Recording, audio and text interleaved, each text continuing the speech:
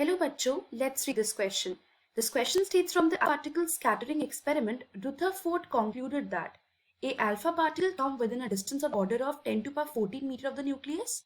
B. Radius of the nucleus is less than 10 to the power minus 14 meter. C. Scattering follows Coulomb's law. D. The positively charged parts of the atom, it move with extremely high velocity.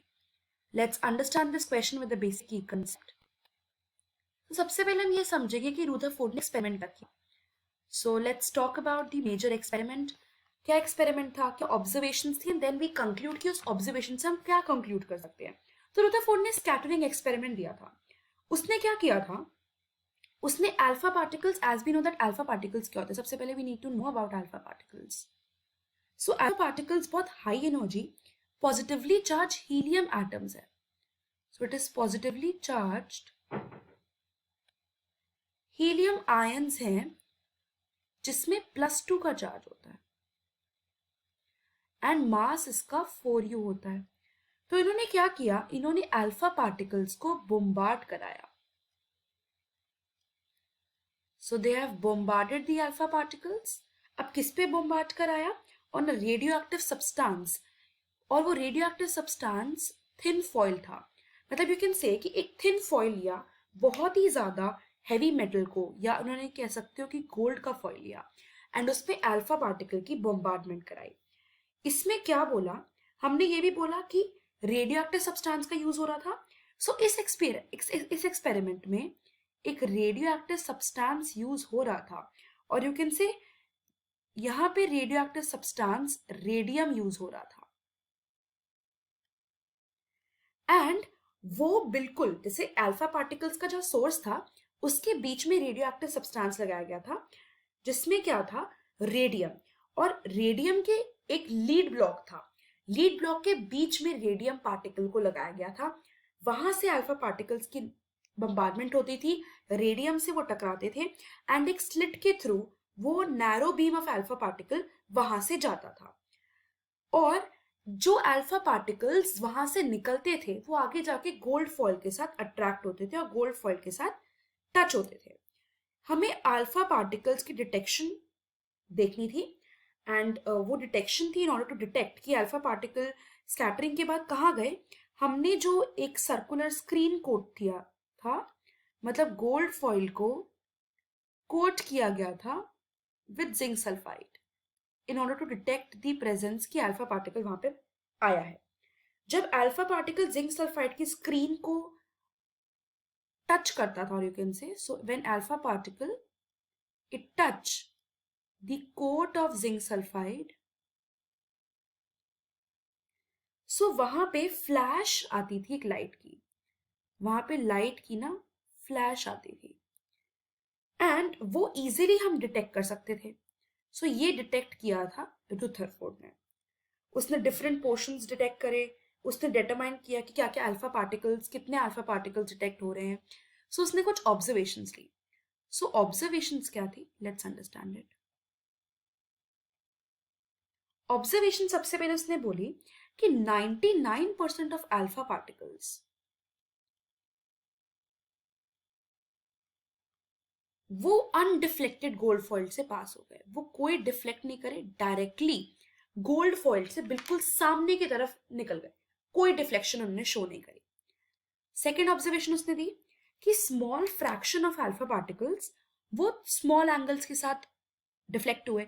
So some of them they deflected by और they deflected through small angle. ये इसकी second observation थी. Then third उसने observation दी कि बहुत ही few, मतलब 20,000 में कोई एक ऐसा पार्टिकल होगा जो बिल्कुल पास नहीं करा, या अगर पास भी करा तो वो बिल्कुल किसी चीज से टकरा के वापस 180 डिग्री का डिफ्लेक्शन पास कर गया. So out of very few you can से it has shown deflection of 180 degree. These were the observations. Now let's find out कि उसने based on these observation क्या क्या observations का explanation दिया. So let's understand it. So explanation क्या दिया of these observation Rutherford ने. सबसे पहले explanation दिया उसने कि अगर बहुत सारे अल्फा पार्टिकल अनडिफ्लेक्टेड हो गए, इसका मतलब बहुत सारी एम्प्टी स्पेस है विद इन द एटम। सो उसने बताया कि लार्ज स्पेस है with in the atom.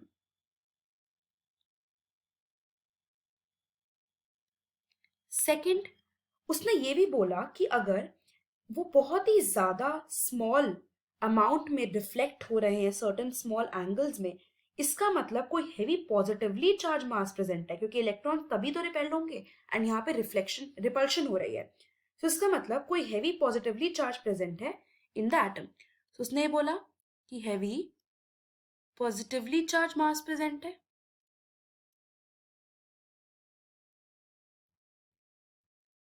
Then third observation के अकॉर्डिंग उसने ये बोला कि जो बहुत ही ज्यादा 180 डिग्री पे डिफ्लेक्शन हो रही है, इसका मतलब वो पूरा ही बाउंस बैक कर रहे हैं।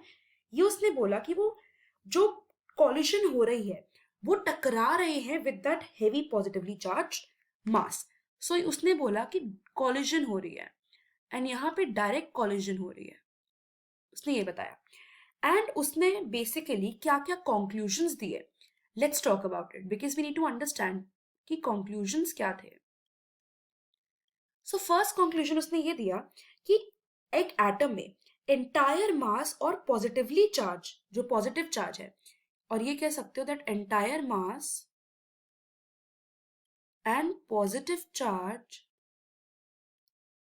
It is concentrated in the small region and the centre. मतलब रीजन सेंटर में ये दोनों चीजें हैं एंड उसको हम न्यूक्लियस बोलते हैं। तो उसने न्यूक्लियस का बताया था। Then secondly he has tell, उसने ढूंढा था कि जो रेडियस है न्यूक्लियस का वो 10 टू द पावर -14 और उससे कम है, और यू कैन से 10 टू द पावर -15, ये कम हुआ ना उससे, so it is less than that. और you can say this is for the radius of nucleus, but जो रेडियस है ऑफ एटम उसने ये भी बताया वो 10 टू द पावर -10 के इक्वल है। सो अगर बात करी जाए तो साइज ऑफ न्यूक्लियस बहुत ही ज्यादा एक्सट्रीमली स्मॉल है then that of size of atom. So ये भी उसने बताया। देन थर्ड कंक्लूजन उसने ये दी कि जो पॉजिटिव चार्ज था of the nucleus it is due to the presence of protons.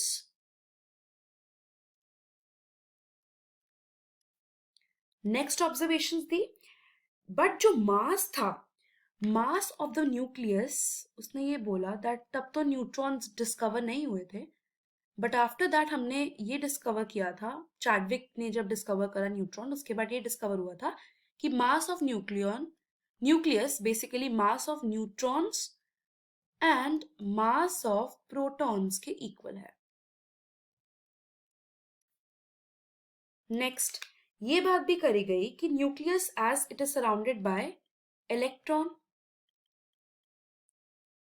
And electron जो हैं that are moving with high velocities. So they are moving with high velocity around the nucleus.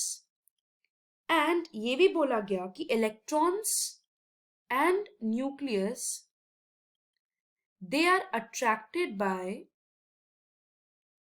electrostatic force. And ये सारी observations थी। Now let's find out कौन सा answer सही है। So first option state that alpha particle come within a distance of the order of 10 to the power -14 meter of the nucleus. So A option कह रहा है distance of the order, and distance इसका मतलब वो radius का conclusion दे रहा है, and we know that radius is 10 to the power -14 meters. So this is correct. Option B state that radius of the nucleus is less than 10 to the power -14. So the radius of nucleus, as we have stated, कि या तो वो 10 to the power -14 होगा या 10 to the power -15, मतलब तो वो less ही हो गया. This is also correct. Third state that scattering follows Coulomb's law. As electrons and nucleus they are attracted by electrostatic force. अगर वो इलेक्ट्रोस्टैटिक फोर्स शो कर रहे हैं इसका मतलब वो कूलम्स लॉ भी शो करेंगे. that is k q1 q2 by r square. So ये show करेगा. This is also right. Option D, the positively charged parts of the atom, it moves with extremely high velocity. Positively charged नहीं, negatively charged move करता है.